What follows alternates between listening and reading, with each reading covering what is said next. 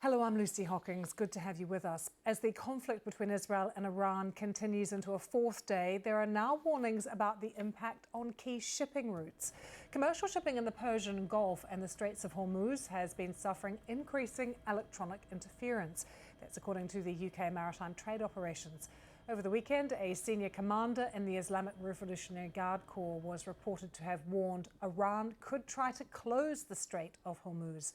Around 20% of global oil supplies travel this body of water to the south of Iran. So it is a huge cause for concern. And looking into this for us is our business reporter, Jonathan Josephs, who joins us now. Jonathan, what are you hearing? What do we know about what is happening in the Straits of Hormuz at the moment? Yeah, Lucy, like you say, this is a really important body of water for the global energy industry in particular. It's a route through which about 20% of the world's oil passes. To put that into context, that's about twice as much as all of what comes out of Russia. It's a really significant route. There's also liquefied natural gas coming out of there. This is coming from places like Iran, Iraq, Kuwait and Qatar. And what we know is that the UK Maritime Trade Organisation, which is an arm's length body of the UK Ministry of Defence, it monitors the seas in this region for any kind of disruption. It liaises between military and commercial vessels. And what they're saying is that there has been an increase in electronic interference. And what we know about that is, from sources I've spoken to in the maritime industry, that it does appear that that is coming from Iran. If we triangulate the signals, that's what they've been able to work out. And I've got some numbers here. 928 vessels have been affected since this conflict began at the end of last week. 110 cargo vessels and 97 tankers, which would be carrying things like oil.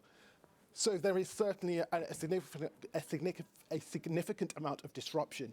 And this is primarily going to be caused by the Iranians trying to disrupt Israeli warplanes and missiles. But the byproduct is that shipping gets disrupted like this, which increases the risks to ships, and it causes more uncertainty, which can lead to lots of disruption in global energy markets. Yeah, Jonathan, disruption is one thing, but what if, as they say they might do, the Islamic Revolutionary Guard, they actually closed the Straits of Hormuz? What would happen then? Well, that would potentially, if the Straits of Hormuz were actually closed, that would potentially lead to sharp increases in global oil and LNG prices, liquefied natural gas. That's something that hasn't happened yet, but it is always a possibility. There's also the risks that this causes when ships can't navigate these waters as easily as they would like because they're technological systems, they're up-to-date radar systems, they're not being able to function as well as they want to. Then ships have a higher risk of collision. And if there was a collision, this is quite a narrow body of water. So if there is a collision, that could potentially cause a closure, whether Iran wants one or not.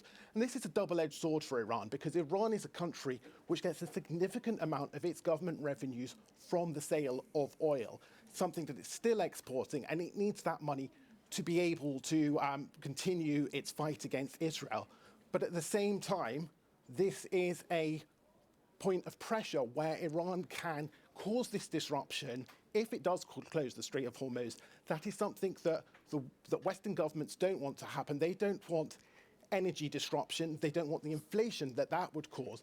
We know President Trump is one person in particular who is particularly vocal about wanting lower energy prices. That's part of his wider economic policy. And so there's a lot of moving parts on this and a lot that remains to be seen, but it just goes to show that the risks that are here when it comes to energy. Yeah, huge risks, as you've been outlining for us. Thank you so much, Jonathan. So as the